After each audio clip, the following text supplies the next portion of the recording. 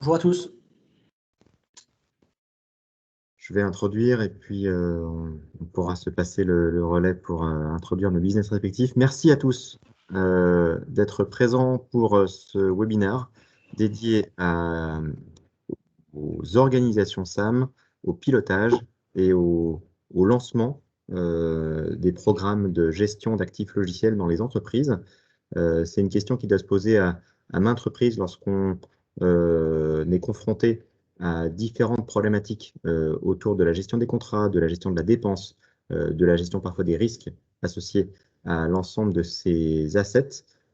Aujourd'hui, l'objectif de ce webinaire est de vous donner, je l'espère, quelques outils, quelques méthodes pour prendre le problème dans le bon sens.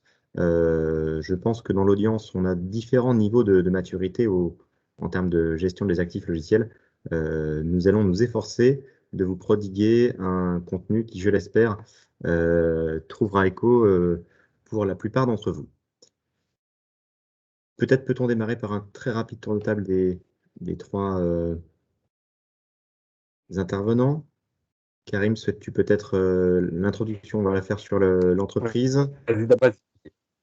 Je ne sais plus si on présente Costhouse ou Elé d'abord. Une slide. Donc, vas-y, Damien, tu peux te présenter avec Alexis, présenter Elé, et je me présenterai après, je présenterai Costhouse. On va démarrer par Elé alors. Donc, je suis Damien Juillard. Je travaille au sein d'Elé depuis près de 8 ans dans le domaine du software asset management. Après avoir occupé des fonctions de consultant, je dirige aujourd'hui l'offre Sandbox.io, qui est une des offres outillées, qui vient compléter l'offre consulting et services de Elé. Elé, qui sommes-nous? Entreprise de conseil. Parmi les participants à ce webinaire, je sais que bon nombre d'entre vous nous connaissent déjà, merci à vous. On travaille vraiment sur ce marché qui est la gestion de la dépense, la gestion des actifs, autour de l'IT, autour du logiciel en priorité, de plus en plus autour du cloud et du SaaS par extension. Nous sommes un peu plus de 60 collaborateurs en France, neutres et indépendants, ça c'est un des points sur lesquels on insistera, puisque c'est quelque chose sur lequel nous n'avons jamais dérogé, afin de prodiguer un conseil qui est le plus objectif et le plus adapté dans l'intérêt de nos clients. On a le plaisir de travailler avec bon nombre de grandes entreprises françaises, mais aussi étrangères.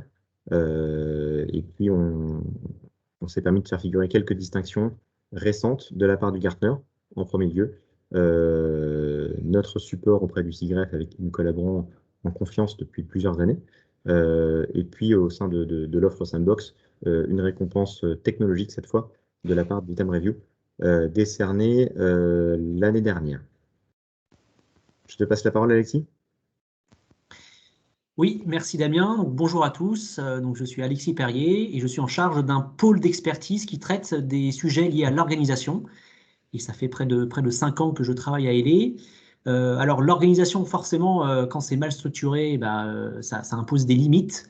Et donc, mon pôle s'efforce de travailler avec des clients pour structurer l'activité via des processus, via une gouvernance SAM qui soit adaptée aux clients, avec des choses concrètes et pour finalement structurer le SAM et la gestion des actifs IT au sens large.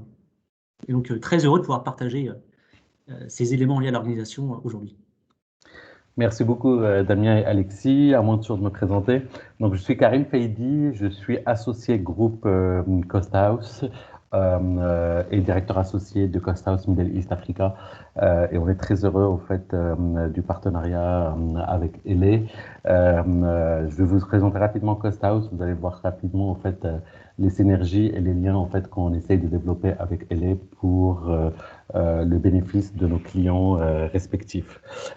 Juste avant en fait de présenter Costhouse, avant de rejoindre justement Costhouse en 2013 et notamment créer le bureau Middle East Africa, j'avais un vrai métier. J'étais notamment en charge du pilotage de la performance chez CNP Assurance à Paris, où je m'occupais en fait du contrôle de gestion IT, des achats IT et de la fonction PME.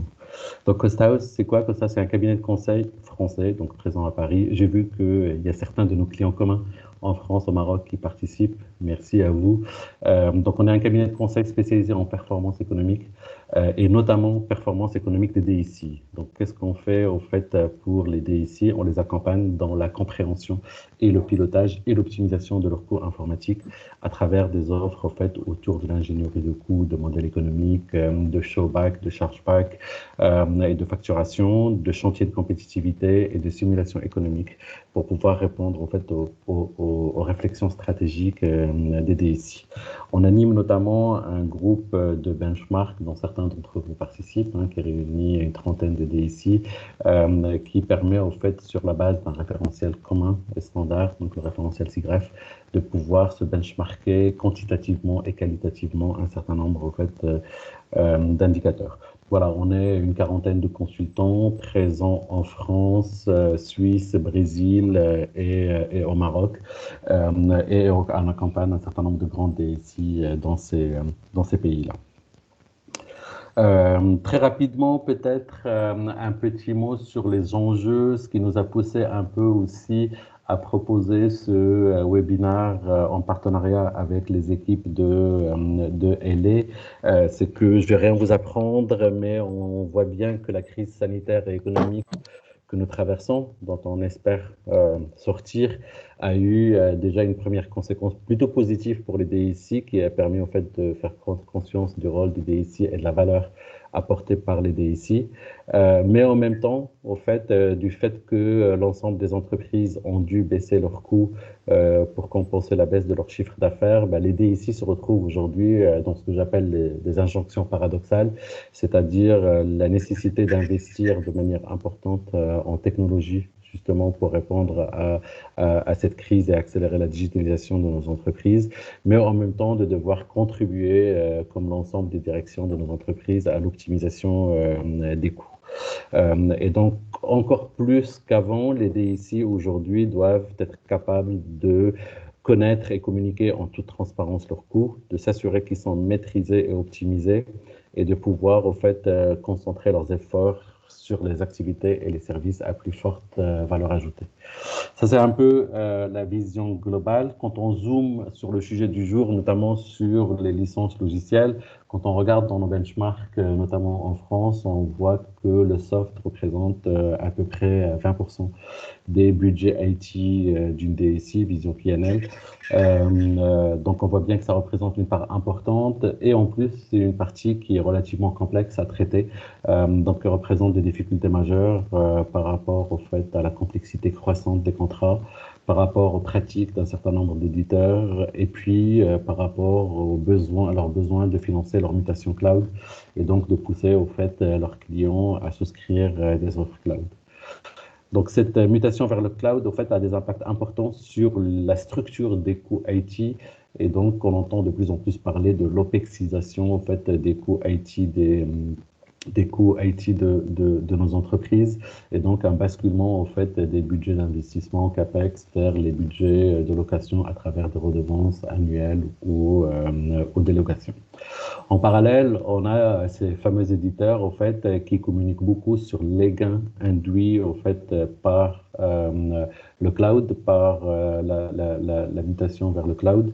Aujourd'hui, on n'a pas assez de recul pour mesurer au fait le gain réel, si gain il y a. Ce qu'on constate, c'est qu'au cas par cas, effectivement, il peut y avoir des gains sur certains cas, mais c'est vraiment pas la règle.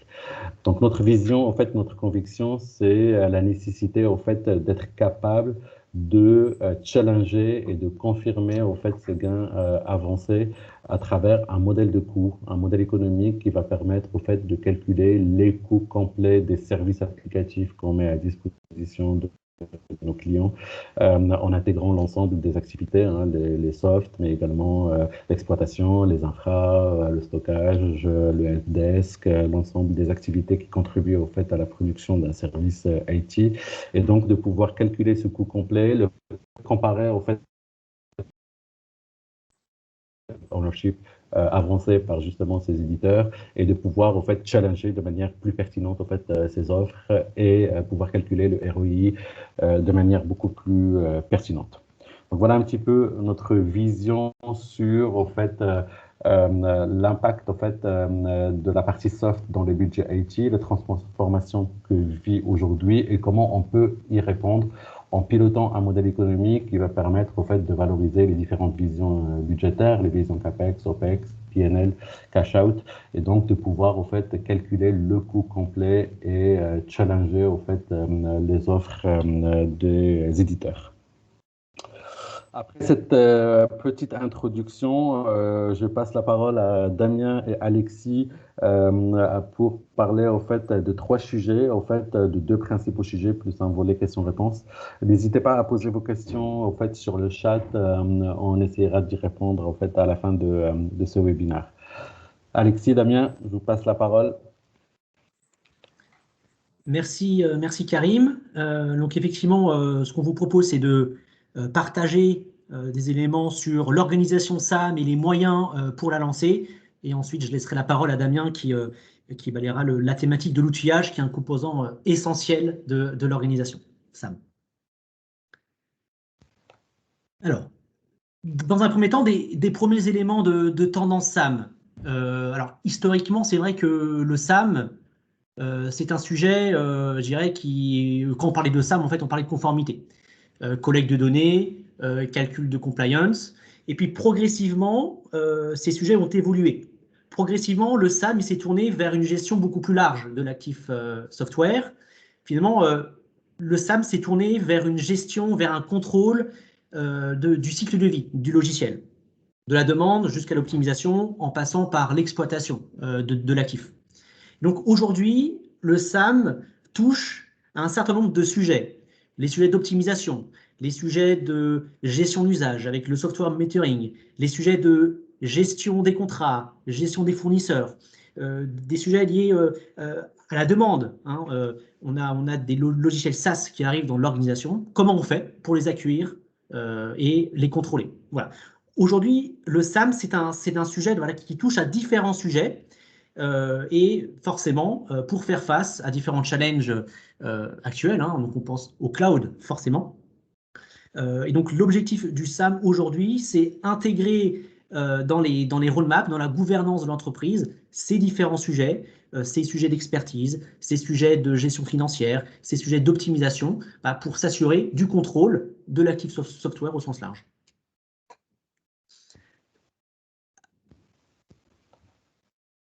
Alors, si on regarde un petit peu plus finalement l'évolution des cibles des organisations, c'est vrai qu'il y a eu un changement chez nos clients.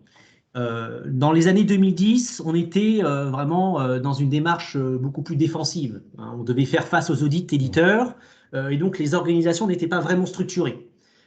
Les process n'étaient pas réellement formalisés, à l'exception de quelques-uns. On pense aux inventaires, on pense à la notion d'audit. L'organisation, il n'y avait pas vraiment de responsabilité formalisée. En général, c'était des groupes de travail qui s'organisaient en cas d'audit. Le périmètre était moyennement couvert sur quelques éditeurs du top 5. Et d'un point de vue outillage, bon, il n'y avait pas d'outils SAM de déployer. On s'appuyait sur quelques outils de discovery, SCCM, l'AD, etc. Et puis progressivement, cette démarche a évolué. Et dorénavant, les entreprises sont dans une démarche beaucoup plus proactive, avec la formalisation de processus, afin de déployer les différents contrôles dans l'organisation, des cellules SAM qui se sont créées, avec des relais, des correspondants au sein de l'IT, les fameux product owners, les acheteurs, le légal, etc. Un périmètre qui est davantage géré, et enfin, cette notion d'outillage, avec des outils SAM qui ont commencé à se déployer dans les organisations, mais Damien y viendra tout à l'heure. Voilà, donc on sent vraiment que les organisations évoluent, passant d'une démarche vraiment défensive à une démarche beaucoup plus proactive. Voilà. Si on synthétise ça finalement sur une échelle de temps, avec différents éléments autour de la performance financière, qu'est-ce qu'on s'aperçoit? Finalement, les entreprises ont commencé à travailler sur cette notion d'audit. On fait face aux audits, on n'est pas organisé, on n'est pas structuré, et donc forcément, il n'y a pas de performance financière. Puis progressivement, on s'est tourné vers de la collecte de données, essayer de savoir qu'est-ce que j'ai acheté, qu'est-ce que j'ai déployé. C'est cette notion de visibilité des assets software. Et puis, on commence à rentrer dans quelque chose de beaucoup plus autofinancé au sein de la cellule SAM, avec la notion de conformité, puis la notion de performance achat.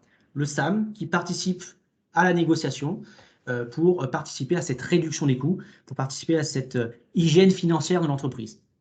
Et puis enfin, on rentre dans des choses qui sont beaucoup plus stratégiques, qui participent à cette performance financière. Alors on pense au processus, formaliser des processus. Alors pas simplement cette notion de conformité, on voit de plus en plus cette notion de gestion de la demande, gestion du catalogue, gestion des contrats, qui va permettre de mettre en place différents contrôles.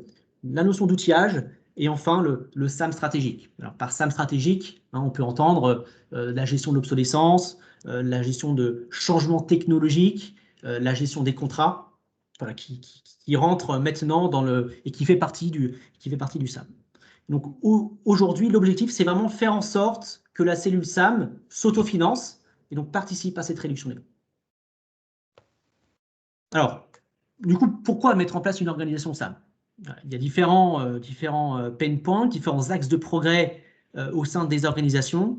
Donc ici, finalement, ce que vous voyez à l'écran, sont des pain points qu'on a pu remonter chez différents clients et qui reviennent souvent, avec cette notion de responsabilité, par exemple. Les responsabilités ne sont pas toujours définies concernant la conformité, concernant la gestion des contrats, le contrôle des investissements.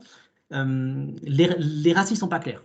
D'où cette notion finalement de structurer l'organisation pour savoir qui fait quoi finalement. Les processus ne sont pas formalisés ou lorsqu'ils le sont, pas toujours respectés. Il peut y avoir également cette notion de périmètre. L'organisation SAM ne couvre pas l'ensemble du périmètre, d'où des risques de conformité qui peut subvenir.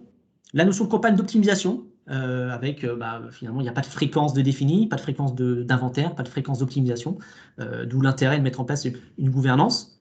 De même avec les échéances contractuelles qui ne sont pas forcément anticipées. Et enfin, cette notion de dépenses logicielles. La notion de dépenses logicielles, clairement c'est clé. Si vous devez vraiment retenir quelque chose, c'est vous devez savoir exactement ce que vous dépensez au niveau de vos logiciels. La part par rapport aux dépenses IT, et puis par rapport à ces dépenses logicielles, qu'est-ce qui concerne le CAPEX, l'OPEX, quelle est la part des éditeurs du top 10. Voilà, tous ces éléments qu'il faut avoir en tête afin de pouvoir structurer son SAM de manière efficace. Voilà, donc mettre en place une organisation, c'est donc faire face à ces différents je dirais, difficultés. Alors, du coup, comment mettre en place une organisation SAM? Alors, il y a 3 étapes assez clés. La première, c'est finalement savoir ce que j'ai chez moi. Donc, valider et partager l'existant. Avant de définir une roadmap, avant de définir finalement une gouvernance, je dois connaître mon périmètre. Mon périmètre géographique, mon périmètre technique, mon périmètre applicatif. Je dois aussi connaître mes outils. Qu'est-ce que j'ai comme outils? Quels sont les périmètres de ces outils? Connaître ses processus, connaître son organisation humaine, combien est-ce que j'ai d'acheteurs, est-ce que j'ai des manques, en termes de product owner, est-ce que les rôles sont formalisés? De même pour les attentes services rendus et pour la vision financière, j'en parlais à l'instant. Voilà. Donc, dans un premier temps, c'est comprendre ce que j'ai chez moi. Essayer de comprendre les axes d'amélioration, mais les forces. C'est s'appuyer sur les forces pour créer une organisation efficace. Suite finalement à ce partage de l'existant, on a l'analyse des priorités. C'est finalement quel gain je peux attendre. Quelles sont les échéances, mes échéances contractuelles par exemple, les projets à venir. D'un point de vue effort, délai, à quoi s'attendre? Quels sont les risques de mes principaux éditeurs? Voilà. Et suite à cette notion de priorisation, on peut enfin définir la roadmap. Voilà, donc cette roadmap, ça permet de valider les moyens, valider les priorités et forcément définir des objectifs. Des objectifs à court, moyen, long terme et des objectifs beaucoup plus stratégiques à 5 ans ou plus. La roadmap, évidemment, elle doit prendre en compte les objectifs, quels objectifs à court, moyen, long terme, le périmètre, les chantiers à implémenter. Par exemple, est-ce que je dois mettre en place une Contratech sous SharePoint? Est-ce que je dois implémenter un outil de discovery sur le périmètre serveur? Voilà. tout ça, la roadmap doit le prendre en compte. Et enfin, tout le sujet de gouvernance, forcément, qui doit être intégré. Voilà. Je suis passé trop vite, Alexis, sur des illustrations. Voilà, bon, donc effectivement, on a quelques illustrations pour montrer que finalement, pour toutes ces phases de 1 et 2 que vous avez vues dans la slide précédente, finalement, c'est un diagnostic.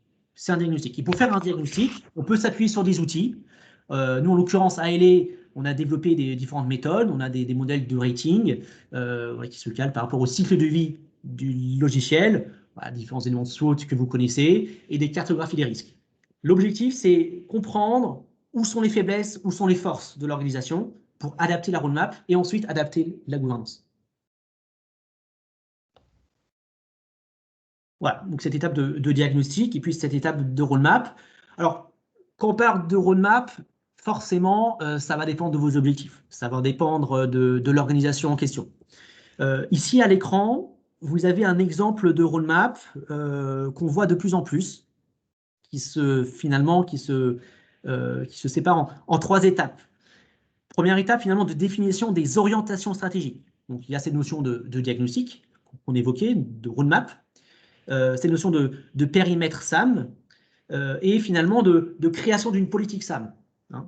On a de plus en plus de clients qui, avant d'initier cette gouvernance SAM, définissent via un Word, via un template, les grandes orientations du SAM, les objectifs, la gouvernance, les entités en question, qu'est-ce qu'on attend du SAM, quelques best practices. Suite à cette première étape, on a finalement la mise sous contrôle des éditeurs majeurs. Voilà, on peut se lancer dans la mise sous contrôle. On a défini le périmètre, donc on sait que mon top 10, c'est Microsoft, Oracle, Salesforce, etc. Donc cette deuxième étape, ça va permettre de monter en maturité sur les sujets du SAM, de sensibiliser les différents acteurs, initier des inventaires, associer à ces inventaires des campagnes d'optimisation techniques, contractuelles, etc. Et puis, cette étape, ça permet aussi de formaliser les processus SAM. On formalise, on sensibilise. Alors, on y viendra tout à l'heure, pas formaliser 50 000 process, hein, il y a les processus principaux, et puis au fur et à mesure, la montée en maturité de l'organisation, on va pouvoir étendre ces processus. Effectivement aussi, initier une démarche outillage, on y viendra après. Et enfin, une troisième étape qui va être plutôt dans la professionnalisation du SAM. Faire en sorte que la cellule SAM devienne un centre de service. Voilà. Et ça, c'est ce qu'on voit de plus en plus chez nos clients. Une cellule SAM qui est un fournisseur de services, soit pour les autres entités, pour les autres branches, pour les autres services. Voilà. Et puis, dans cette troisième étape, les organisations donc, du coup, qui ont mis sous contrôle leurs éditeurs majeurs, qui ont commencé le travail de process, de montée en maturité sur les sujets SAM, peuvent s'interroger sur l'industrialisation finalement du SAM, la demande. Voilà. Parce que la demande doit passer par un workflow industrialisé. La notion de gestion des contrats, la notion d'inventaire, forcément, etc. Donc, qui dit professionnalisation, hein, dit industrialisation du SAM. Alors, un petit focus sur le périmètre, parce que j'en parlais à l'instant.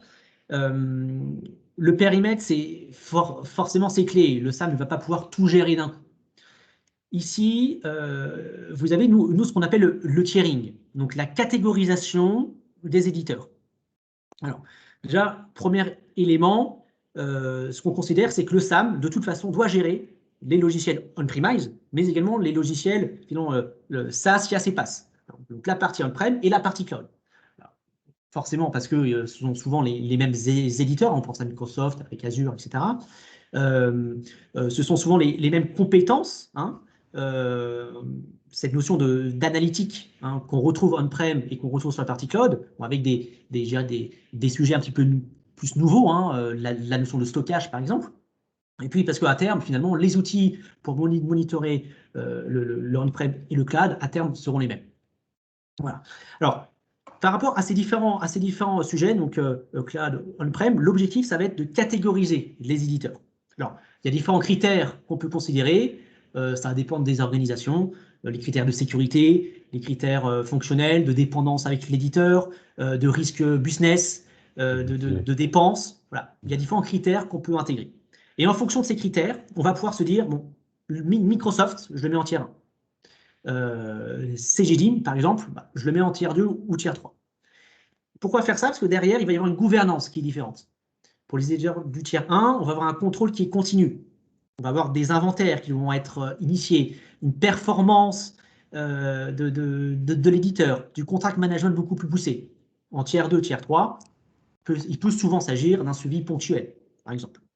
Voilà. Donc, catégoriser les éditeurs pour se focaliser dans un premier temps sur les éditeurs du tiers 1, et puis ensuite étendre la démarche aux autres éditeurs, quitte à faire des campagnes d'optimisation sur les éditeurs du tiers 2, tiers 3, faire du software metering, faire de vérification, couper la maintenance lorsque c'est possible sur ces éditeurs du coup moins stratégiques. Alors, donc on a vu cette notion de périmètre qui est clé, et forcément quand on parle de gouvernance derrière, il y a cette notion de processus. Alors, le processus, ça intègre un certain nombre de composants. Il y a ce sujet autour de l'outillage. Est-ce que mon workflow passe par un outil spécifique? La notion de ressources, finalement, quels sont les acteurs qui vont participer à ce processus? Quelles sont les responsabilités associées?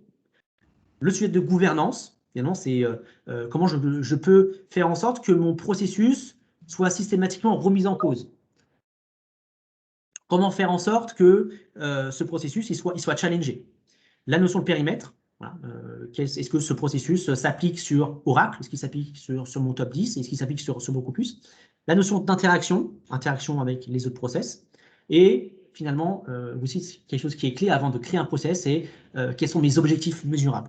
Qu'est-ce que j'attends de ce process? Voilà. Alors, quand on parle de process, dans la slide suivante, c'est vrai qu'on a, voilà, on a différents processus. Ici, ce que vous pouvez voir, c'est que finalement, nous, on a considéré différents processus par rapport au cycle de vie du logiciel. Enfin, besoin, acquisition, exploitation, contrôle, changement, optimisation. Donc, différents processus à formaliser, qui sont clés pour le SAM. Il y a quand même des processus qui sont plus clés que d'autres. Je pense à la notion d'inventaire, à la notion d'optimisation, à la notion de gestion de la demande, par exemple, gestion des nouveaux produits. La gestion des nouveaux produits, par exemple, c'est vous avez un logiciel SaaS que souhaite contractualiser un business, par exemple. Quels sont les mécanismes de contrôle? Niveau sécurité, data privacy, ou chez gouvernance, etc. Donc, ici, c'est forcément un mapping des différents process qui peuvent exister, mais forcément, mettre d'abord l'accent sur la notion d'audit, d'inventaire, de demande, de gestion des contrats, et après étendre.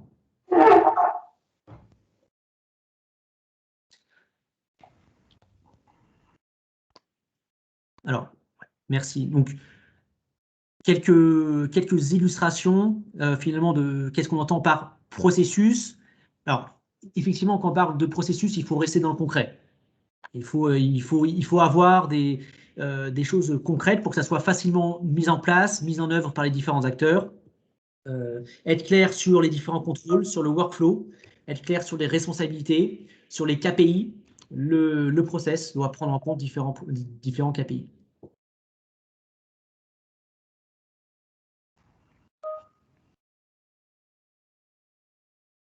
Alors, derrière, vous pouvez avoir différentes gouvernances à mettre en place.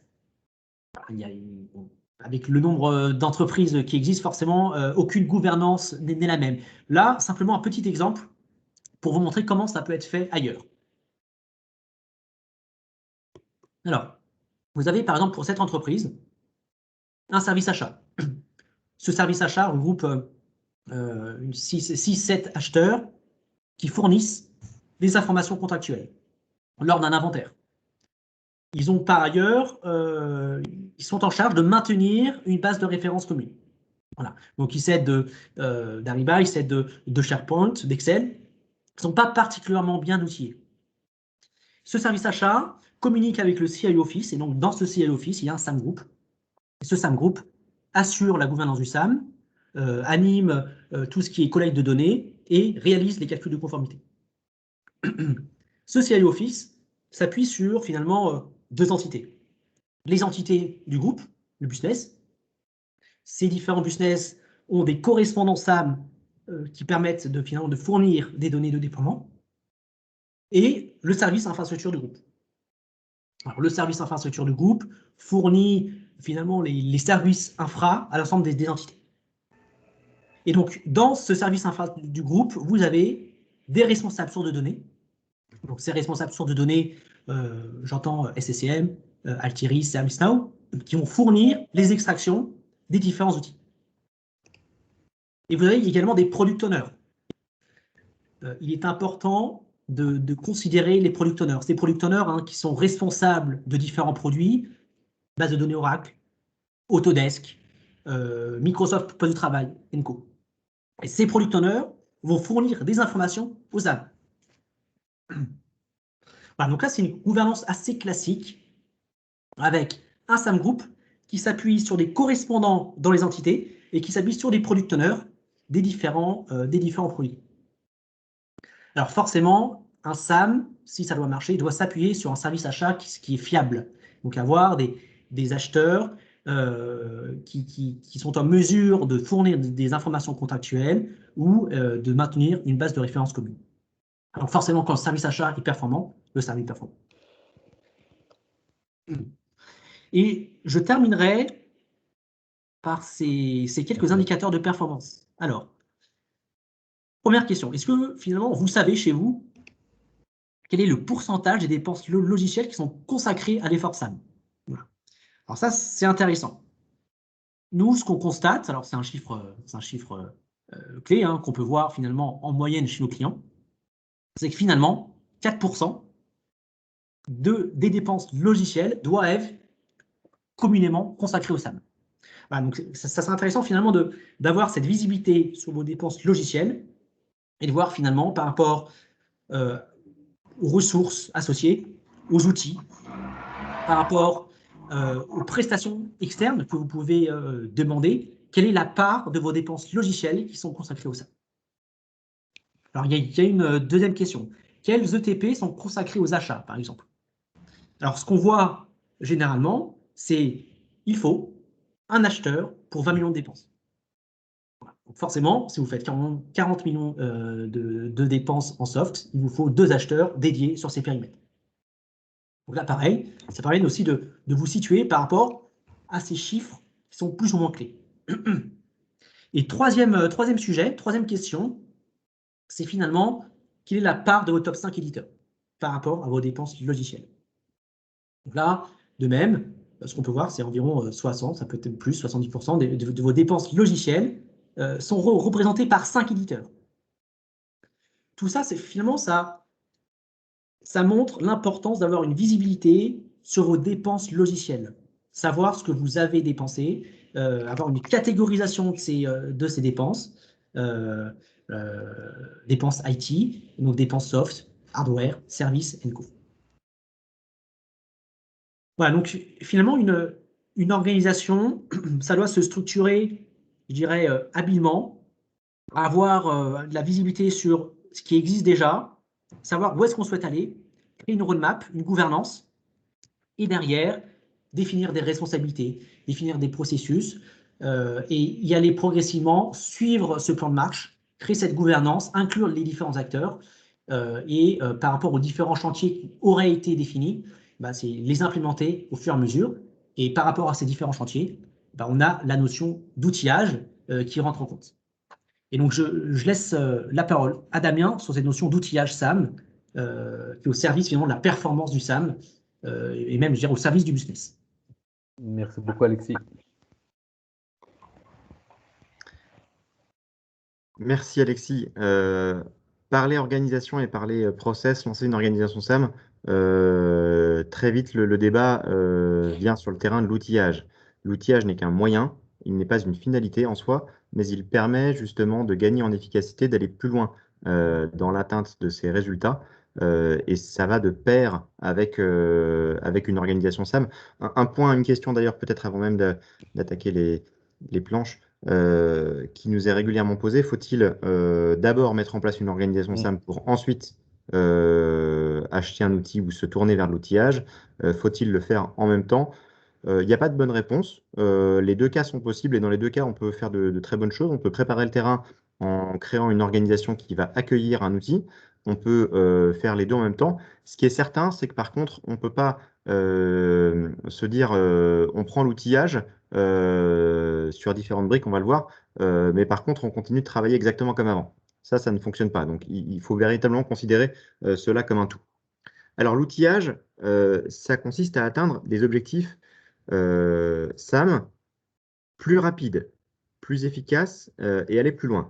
L'outillage, c'est un mot qui est volontairement vaste puisqu'il traite différents aspects de la brique de Software Asset Management. On a tous les outils qui n'ont pas une vocation SAM première, mais qui servent d'abord à l'ITSM et à la gestion de l'IT au sens large, et je pense notamment aux outils de CMDB, mais qui sont pourtant très utilisés dans le monde du SAM.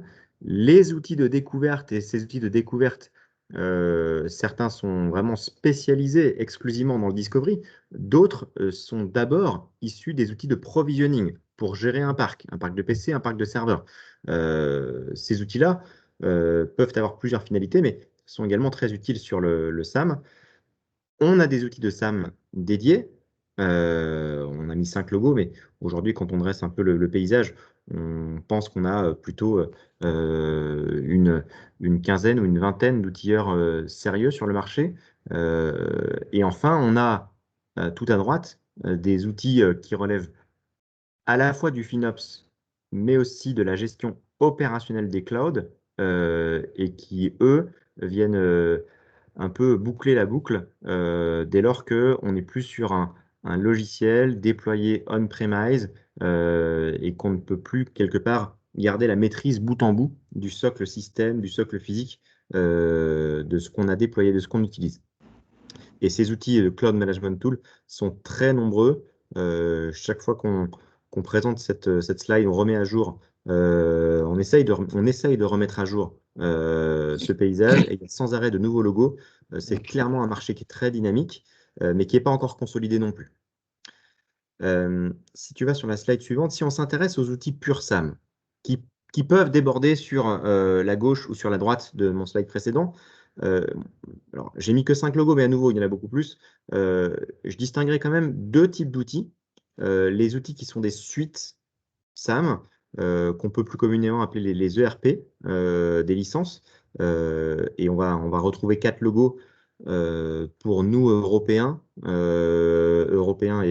et Nord-Africains, sachant que au niveau outre-Atlantique, on a quelques autres acteurs, mais qui n'ont justement quasiment jamais franchi l'océan Atlantique. Mais on va retrouver très souvent Snow, Flexera, ServiceNow qui a réalisé un module dédié au SAM, et Aspera. Ces 4 outils-là ont pour caractéristique de gérer l'intégralité de votre dépense. Donc, comme le disait Alexis précédemment, on a les tier 1, on a les tier 2, on a sans doute un tier 3, un tier 4 peut-être. Clairement, avec ces outils, l'idée est de pouvoir adresser l'ensemble, 100%. On a une capacité à adresser 100% de la dépense. Va-t-on adresser 100% de la dépense? C'est une autre question. On le verra tout à l'heure. On vous encouragera, nous, à ne pas chercher à tout faire d'un coup. C'est le meilleur moyen de vous enliser et de faire en sorte que l'outil ne marche pas. En revanche, quand vous prenez le problème pas à pas, oui, vous pouvez mettre sous contrôle vos éditeurs et avancer petit à petit avoir une périmètre de couverture qui va être de 20, 30%, 40%, 50%, 60% de votre dépense. Et c'est comme ça que vous mettez sous contrôle et que vous rendez votre outillage très efficace. Je peux parler de Sandbox, que je connais bien, puisque c'est l'offre que je pilote au sein d'Ele, mais Sandbox n'est qu'un outil parmi d'autres.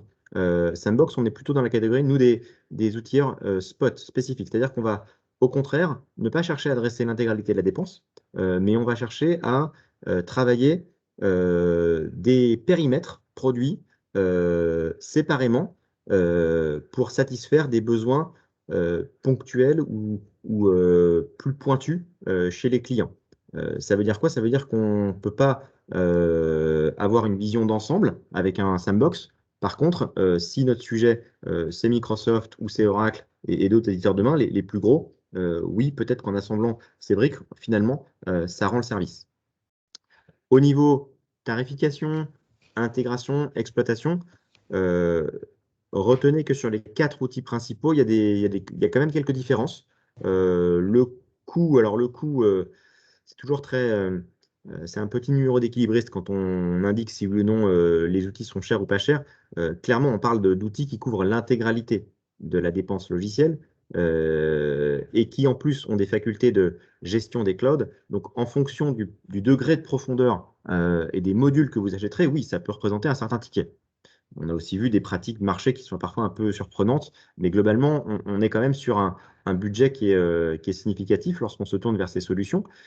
Et ce qui, par contre, est beaucoup plus certain et systématique, c'est que derrière, il faut impérativement envisager un coût d'intégration et un coût d'exploitation pour faire fonctionner la solution et l'adapter à votre contexte. Ça, c'est vraiment propre aux ERP.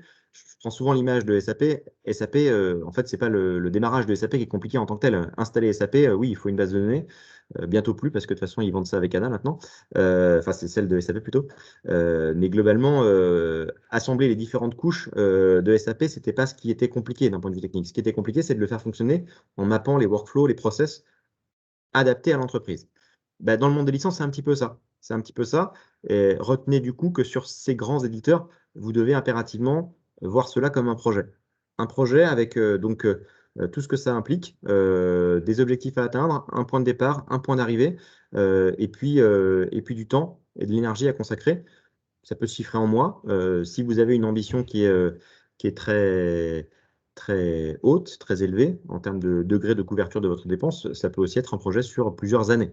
Mais tout s'entend dès lors que vous mesurez votre ROI et que vous donnez les moyens. À côté de ça, quand on est sur un outil plus spécifique, on voit quasiment pas ça comme un projet. Ça doit être beaucoup plus direct et immédiat dans une utilisation sur un éditeur donné. Je veux bien que tu bascules. Industrialiser le SAM. Je vais enfoncer peut-être quelques portes ouvertes, mais quand on met de l'outillage, on veut automatiser. On veut automatiser pour se dégager du temps, pour se concentrer sur les tâches à valeur ajoutée. On veut automatiser aussi pour avoir des résultats qui sont fiables, qui sont constants au sens on comprend les différences d'une année sur l'autre, on comprend comment évolue la dépense, on comprend comment nos actifs sont utilisés année après année, campagne après campagne. Et puis, on veut aussi être autonome de façon à garder la maîtrise de cette gestion d'actifs. Pourquoi on veut tout ça? Toujours pour les mêmes finalités, monitorer sa dépense, contrôler, éviter les hausses, éviter les risques, faire des économies. Ça, ce sont des finalités très immédiates, très concrètes, très financières. Mais si on se met au service du business, un outillage SAM, l'idée, c'est qu'on puisse vraiment s'en servir comme un moyen, ni plus ni moins, comme un moyen qui va dégager de l'argent. Et cet argent-là, il faut pouvoir l'utiliser à bon escient. Et c'est tout l'intérêt du SAM que de se tourner au bon moment vers son DAF, vers son DSI, pour lui dire je sais avec certitude que le montant d'économie, ce sera 312 000 euros. 312 000 euros, c'est un montant qu'on peut peut-être réinvestir dans des technologies innovantes, sur du cloud, sur de l'automatisation. Dieu sait que normalement, ce n'est pas le nombre de besoins qui manquent, mais je pense que le SAM a aussi un rôle, grâce à l'outillage, dans cette prise de décision. Et puis, faire des économies, c'est bien. Éviter les risques, évidemment. Mais derrière tout cela, il y a un enjeu presque stratégique de garder le contrôle de la relation fournisseur. Quand vous êtes malheureusement un petit peu mis dans un corner, puisque la gestion des actifs a été un petit peu laissée à l'abandon et que vous avez des risques à plusieurs niveaux, à la fin, le fournisseur le sait. Ça ne se matérialise pas forcément par un audit, mais dans le rapport de force que vous avez avec ce fournisseur, les conséquences sont vraiment très sérieuses. Je peux citer le cas d'IBM. S'il m'entendait, je pense qu'il serait très virulent, mais j'aurais peut-être pas dû citer ce nom d'ailleurs, bon tant pis.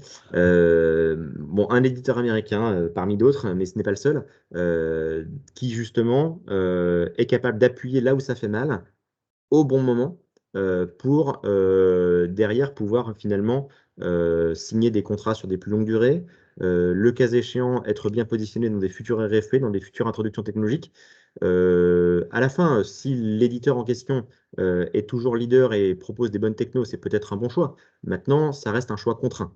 Et s'il s'agit d'introduire une nouvelle technologie sur je ne sais quel périmètre, c'est toujours mieux d'avoir vraiment une grande liberté, une souveraineté dans la décision, même vis-à-vis de ses fournisseurs et de ses éditeurs historiques. Si tu poursuis, Karim, l'outillage, on doit le résumer, finalement, on peut le résumer, pardon, de façon très succincte en 4 couches. La découverte, la conformité, parce que même si ça n'est plus la finalité en soi, et je rejoins 1000 fois ce qu'a dit Alexis, c'est un passage obligé, c'est pas seulement une figure imposée, c'est un passage obligé pour pouvoir prendre les bonnes décisions.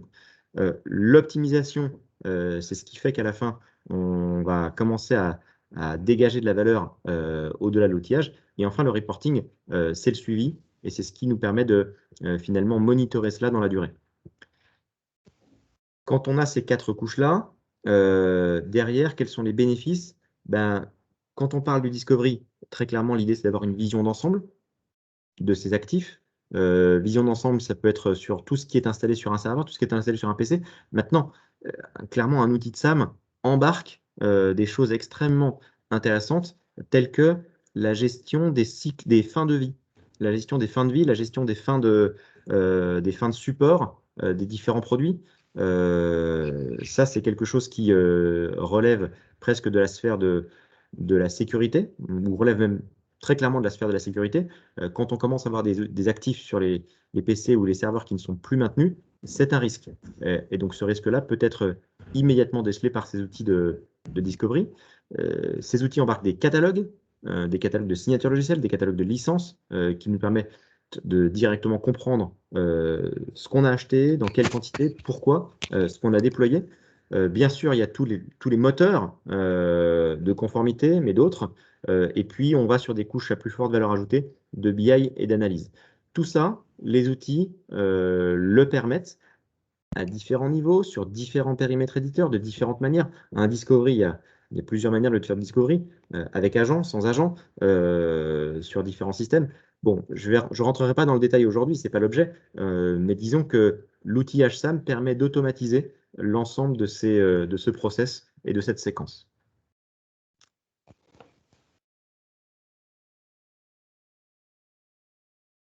L'outillage SAM doit également s'accompagner d'une réflexion sur l'organisation, sur les processus, Alexis en a parlé. Pourquoi? Tout simplement parce que ça ne doit pas être que l'outil du SAM Manager.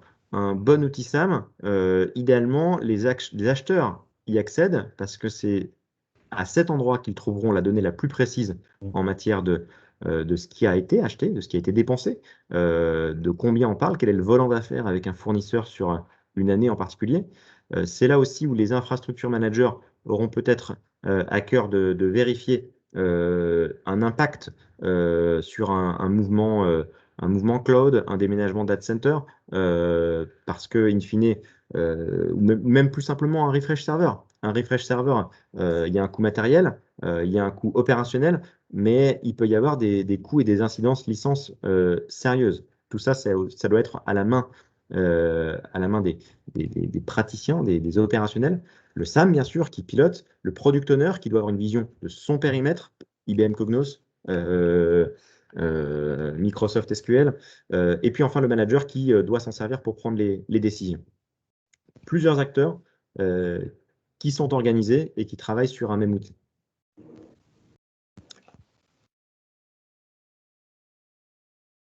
L'outillage SAM vient aussi, avec l'outillage SAM viennent aussi les questions de ROI. Et alors, il y a plusieurs manières de calculer un ROI, mais ce qui est certain, c'est que on ne calcule jamais un ROI sur un outillage SAM par rapport au temps que cela va nous faire économiser. Pourquoi dis-je cela? Est-ce que c'est incohérent avec la recherche d'automatisation? Non, pas du tout. Mais si l'outillage SAM vous fait économiser 50% de votre temps ou 80% de votre temps sur une tâche d'inventaire, clairement, la décision que vous devrez prendre derrière, ce n'est pas de sortir un ETP de votre équipe. C'est la pire décision que vous prendriez. Au contraire, le temps que vous vous dégagez doit être mis à profit pour travailler sur la dépense logicielle. Et le ROI d'un outillage, vous le trouverez dans votre capacité à infléchir sur la dépense SAP, sur la dépense Infor, Axway, Microsoft, IBM, Adobe, plus que sur l'efficacité de votre équipe ou de votre organisation SAM, aussi dense soit-elle. Même si on parle de 5, 10 ETP, in fine, c'est pas parce qu'on arrive à économiser 0,5, théoriquement 0,5 ETP par-ci ou 1 ETP par-là, qu'on va trouver un ROI sur l'outillage SAM. En tout cas, c'est pas la bonne direction. Quand on en est là, c'est très bien. Quand on en est là, comment s'assurer justement de bien infléchir sur la dépense? D'une part, on va faire des travaux qui vont certes immédiatement plomber le ROI, mais ce sont des travaux nécessaires. On va ajuster les processus, on va intégrer et on va exploiter l'outil. Il faut l'acheter, il faut le déployer. Donc ça, c'est une dépense qui est nécessaire et on ne doit pas, entre guillemets, trop chercher à la réduire, sinon on prend le risque que l'outillage ne soit pas efficace. Et puis, quels sont les bénéfices? Et c'est là où il faudra être très méticuleux pour les mesurer. On va faire du cost avoidance. Bon, le cost avoidance, c'est pas ça qui fait immédiatement des coupures budgétaires. En tout cas, le DAF, certes, est content d'apprendre qu'on a éliminé un risque, mais il préfère qu'on lui parle de cash savings. Ces cash savings, il faut aussi aller les chercher. Et c'est un deuxième enjeu directement du SAM. Dès lors qu'on commence à étendre sa couverture de contrôle sur différents éditeurs, c'est là qu'on commence à trouver justement des gisements de cash savings. Un use case concret qui peut justement... oui, très bien, Karim, tu peux continuer. Un use case concret qui peut justement illustrer ce qu'on peut faire avec un outillage et ce qu'il est beaucoup, beaucoup plus difficile à atteindre sans outil, c'est typiquement une situation de non-conformité, parce que malheureusement, ça existe toujours. Et cette non-conformité, on va la transformer avec justement des bénéfices et on va inverser la situation. Pour cela, si on prend justement, je veux bien que tu switches, Karim. Si on prend un schéma avec typiquement Windows Server, System Center, CIS, c'est peut-être votre actualité en ce moment avec les trous à venir, on peut se retrouver dans une situation où on dépense de facto 500 000 € par an. Et pourtant, même avec 500 000 € de dépenses récurrentes, on a un risque, parfois très élevé, de l'ordre du million d'euros. Et puis, dans le monde des licences, on peut avoir à la fois un risque et pourtant des licences inutilisées, sur étagère, à hauteur de 200 000 €. Bon, et bien comment on fait dans ce cas-là? On peut tout simplement travailler déjà à bien gérer ces licences, les allouer correctement. Et ça, c'est un travail vraiment un peu d'expert par rapport à l'application des règles de licence, les bundles, les éditions, les métriques. Tout ça, ce ne sont qu'une succession de règles qui, lorsqu'on les applique dans le bon sens, permettent déjà de présenter, on va dire, une vision de la situation qui est plus favorable. Là, en l'occurrence, avec une baisse du risque et potentiellement une augmentation des stocks sur étagère. Pour l'instant, la dépense, elle reste la même. On est toujours à 500 000 € de dépenses. Quand on va sur l'étape d'après, là, on se rend compte qu'on peut modulo des vraies décisions, modéliser dans l'outil. On peut effacer une non-conformité et passer de 635 000 € de non-conformité à 0. C'est pas un doux rêve. C'est possible. Je n'ai pas dit que c'était simple. C'est possible. C'est facile de le modéliser dans un outil. C'est plus difficile de le mettre en œuvre. Mais si à minima, l'outil nous permet de déterminer qu'en bougeant X VM d'un cluster à un autre, en recréant un autre cluster le cas échéant, en migrant une dizaine de VM dans le cloud pour profiter d'Azure Remote Benefit peut-être, à la fin, on se rend compte qu'on est capable d'économiser d'éviter 635 000 € de risque. La question, elle est tout de suite elle passe dans le camp des infrastructures managers. OK, maintenant, nous, on a une solution. Êtes-vous en mesure de l'implémenter? Ça prend 10 jours hommes, 15 jours hommes, ça coûte peut-être 20 000 € de SX à racheter. OK, bon, c'est un calcul à faire, mais en tout cas, la décision, elle peut se prendre de façon beaucoup plus aisée grâce à ce genre d'outillage. Et puis, une fois qu'on a remédié le risque, là survient des méthodes ou des moments qui nous permettent justement d'agir sur la dépense. Et on n'est plus sur du cost savings, là. On n'est plus sur du cost avoidance, pardon. On est sur du cash savings. Le cash savings, ça peut être du revenu entrant avec de la vente de licences sur étagère. Ça se pratique de plus en plus. Donc, il y a un marché aujourd'hui pour ça, de licences En secondaires. Europe, Damien, pour l'instant. Ah oui, en Europe, pardon. Pas en Afrique, en Europe. Excuse-moi. Et puis, sur le dernier aspect, on peut aussi, tout simplement, au bon moment, si jamais on a bien éliminé son risque, travailler une négo dans des bonnes conditions. Et cette négo-là peut nous amener à réduire la voilure sur la partie maintenance et donc diminuer de facto la dépense récurrente en la passant peut-être de 500 000 à, et je veux bien que tu appuies, à suspense, à 300 000 euros, ce qui nous permet de faire une économie OPEX du vrai cash savings. À la fin, l'outillage n'est pas miraculeux. Il n'est pas miraculeux du tout, mais il vous permet de modéliser cette séquence, de la modéliser et d'engager véritablement la discussion, le débat avec les acteurs étant les acheteurs, les acteurs étant les infrastructure managers, les acteurs du marché aussi, vos pairs qui sont peut-être intéressés par racheter vos licences, celles qui sont en stock. Tout ça, l'outillage est un véritable enabler pour vous permettre de le mettre en œuvre et de le mettre en musique ensuite. Et puis, puisque l'outillage vous a fait gagner du temps, ce temps-là, vous le mettez à profit pour ça, justement. Et je terminerai par 5 règles pour un ROI rapide. Sachez d'où vous partez, élaborez des KPI simples. Ceux dont Alexis a parlé tout à l'heure sont très bien. Le taux de mesure de votre périmètre de dépenses, est-ce que vous avez mis 10% sous contrôle, 15%, 20%? Ça, c'est un excellent indicateur. Et avec l'outillage, vous allez pouvoir justement le mesurer très finement. N'achetez pas forcément tous les modules du premier coup, parce que ces outils, les ERP notamment, sont très très vastes. Commencez petit à petit, et c'est seulement quand vous ferez un très bon usage d'un module existant que vous pourrez upgrader. La qualité des données, c'est un point clé. Quand on achète un outil, ça tombe bien, les outils permettent de le faire, mais n'allez pas trop vite quand même. Les outils ne sont pas magiques non plus. On a du travail à faire pour l'améliorer. Laissez-vous guider par les outils de façon à gagner en confiance et vous permettre de prendre des bonnes décisions. Les éditeurs, on les met sous contrôle un par un, périmètre par périmètre. On n'essaye pas du tout de tout mettre sous contrôle du premier coup, sinon c'est le meilleur moyen de s'enliser. Et puis dans 2 ans, on se reparle et il n'y a pas de vrai résultat. Et enfin, automatiser autant que possible depuis le discovery jusqu'au résultat. À nouveau, votre objectif, c'est de gagner du temps. J'en ai terminé, mais je profite de ce webinaire pour faire un peu de pub pour du coup une solution outillée, en l'occurrence la solution qu'on évite. Vous avez compris, mon discours s'applique certes à Sandbox, mais aussi aux autres solutions. Et Elé est d'ailleurs partenaire de Flexera, Aspera, Snow, ServiceNow. Sandbox, c'est un outil qui est plus réduit, plus étroit, puisqu'il ne gère que 3 verticaux aujourd'hui, Windows Server, SQL Server et Oracle. On va étendre. L'idée, c'est de faire quelque chose de simple, de rapide. Et aujourd'hui, je veux bien que tu appuies sur la dernière slide, Karine, merci. Aujourd'hui, on a même quelques nouvelles fraîches à vous partager. D'une part, le site web a été mis à jour. Vous trouverez plus de contenu, plus de ressources sur le SAM au sens large, avec un blog et différents articles très transversaux licence. Et bien sûr, tout ce qui relève aussi de l'usage de Sandbox. Et puis, avec ce nouveau site web, vient quelques éléments de nature plus commerciale. D'une part, nous avons toujours un pricing qui est public, et vous pouvez consulter les tarifs directement sur le site. Je veux bien que tu cliques, Karim.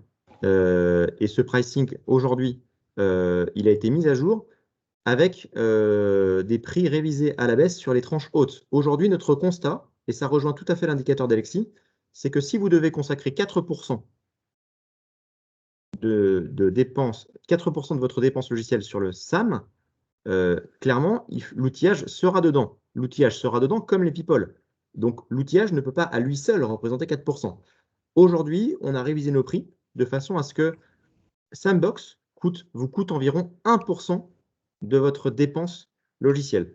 Pour ce que vous voyez à l'écran, une entreprise qui a à peu près 1000 serveurs, on parle d'une grosse entreprise déjà, 1000 serveurs Windows Server, on parle sans doute d'une entreprise de 10 000, 15 000 salariés, qui fait sans doute plus d'1 milliard de chiffre d'affaires. et dont la dépense juste Windows Server est sans doute évaluée entre 500 000 et 1 million d'euros. Dans ce cas-là, l'abonnement Windows Server vous permettant d'optimiser vos licences vous coûtera moins de 10 000 euros par an.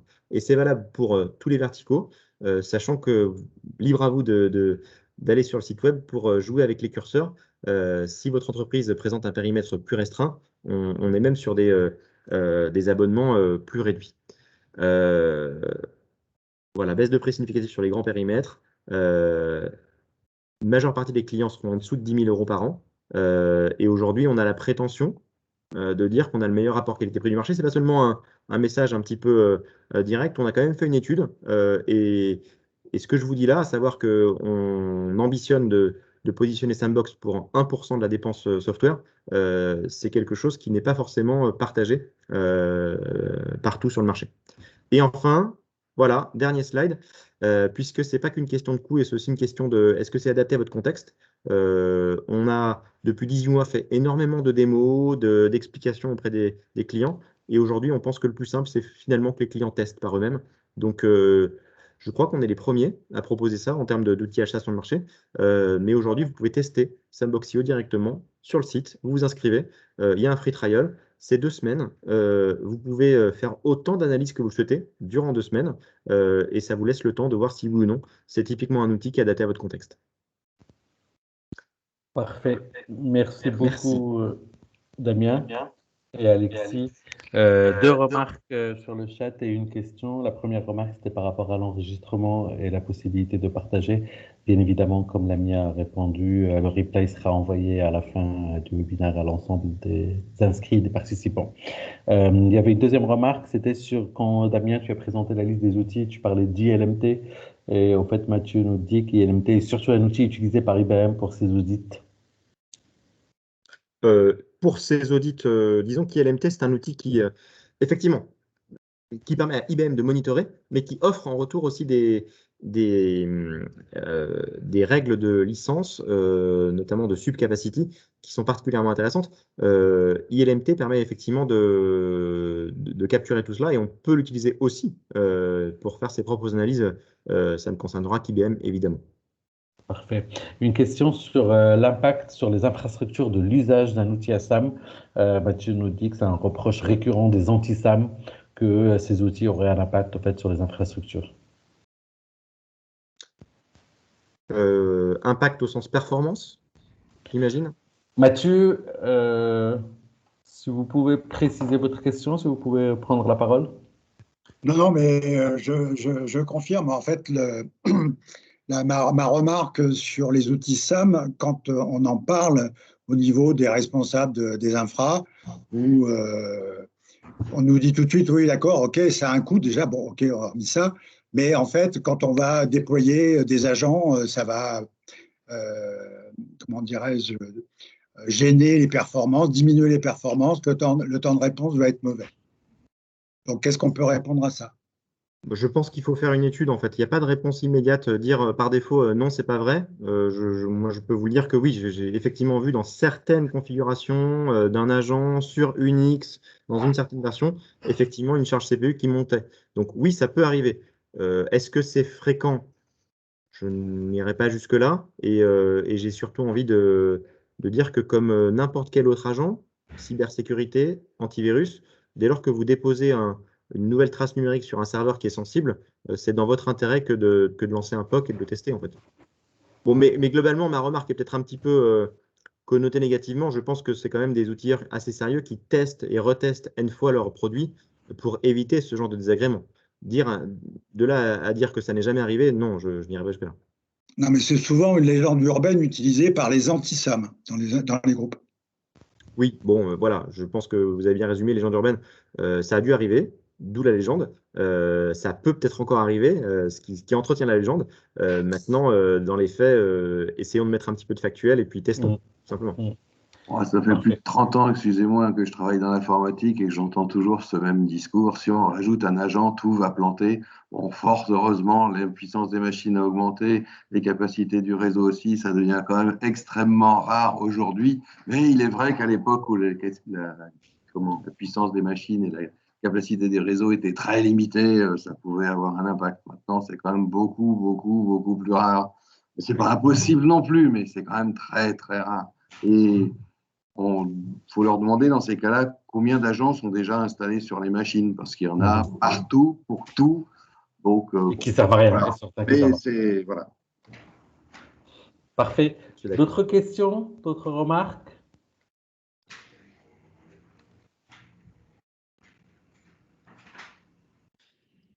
C'est soit Damien, Alexis, soit vous avez été très clair, soit pas du tout. Non, merci beaucoup pour ces précisions, pour cette présentation très enrichissante. Je voudrais remercier tous les participants. Si vous n'avez pas d'autres questions, je vous propose d'en arrêter là. On va partager avec vous l'ensemble du support. Si vous avez des questions, vous avez les contacts de l'ensemble des participants. N'hésitez surtout pas à solliciter, que ce soit pour l'organisation de la fonction SAM, que ce soit pour l'outillage, que ce soit pour la Sandbox, que ce soit pour un modèle économique de coût. N'hésitez surtout pas, on est à votre disposition.